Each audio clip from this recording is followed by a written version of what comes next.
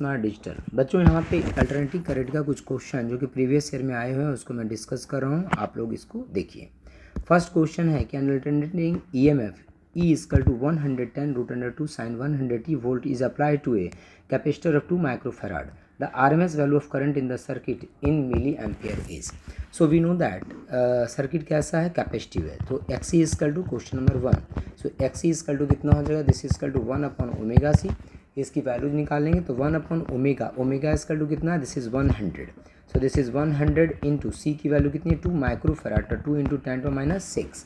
So this equal to इसकी जब value हम कैलकुलेट करेंगे तो यहाँ से इसकी वैल्यू 5000 आ जाएगी। So this equal to 5000 ohm. The resistance the SI unit of reactance is ohm. Now maximum current equal to what is I naught, तो I naught equal to this equal to V naught upon कितना हो जाएगा, XC। So this is V naught upon XC। What is V naught, so V naught is equal to this is equal to 110√2 divided by this is equal to 5000।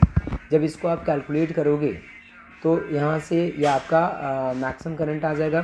So what is RMS, इतना ampere. So what is IRMS, तो IRMS is equal to this is I not upon कितना हो जाएगा, √2। जब इसकी value put करोगे 110√2 divided by 5000 into √2, जब इसको आप सॉल्व करोगे तो सॉल्व करने के बाद आपका 22 मिली एम्पियर आंसर यहाँ पे आएगा, 22 milli ampere. This is the correct answer.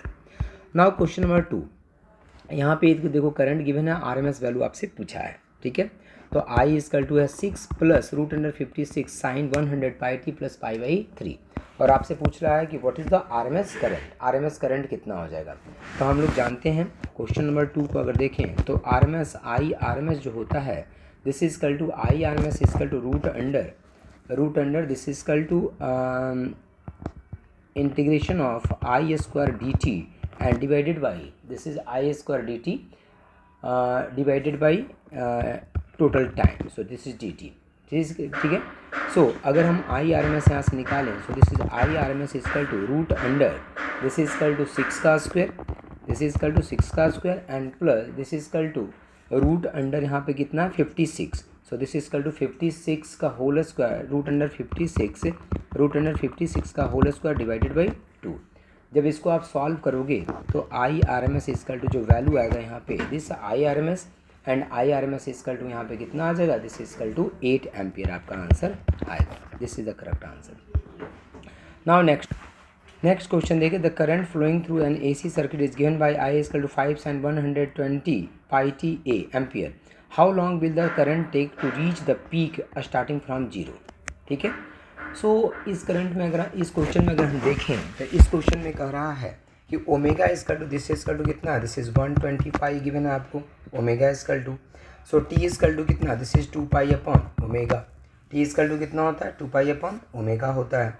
So this is equal to 2π upon this is 125 cancel हो गया। सो दिस इज 1 अपॉन कितना हो गया, 60, 1/60। So required time equal to कितना हो जाएगा, this is T upon 4। So required time and this equal to हो जाएगा T अपॉन कितना 4। So this equal to 1/60 upon 4। So this equal to 1 upon कितना हो जाएगा 240 second. This is correct answer. तो इस तरह से क्वेश्चन यहाँ पे आते हैं। अगर और हम क्वेश्चन देखें इसमें तो इस क्वेश्चन में देखें बेटा, तो सबसे पहले आपको क्या निकालना पड़ेगा, रेजिस्टेंस। और हम जानते हैं कि Z इक्वल टू कितना होता है, तो Z equal to root under this is R² plus XL minus XC का क्या होता है, होल स्क्वायर।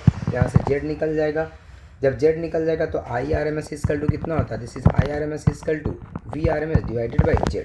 सो यहाँ से इस तरह से सॉल्व इस तरह क्वेश्चन करना है। जहाँ पे LCR सर्किट है वहाँ पे इस तरह से हम रेजिस्टेंस वगैरह निकालते हैं।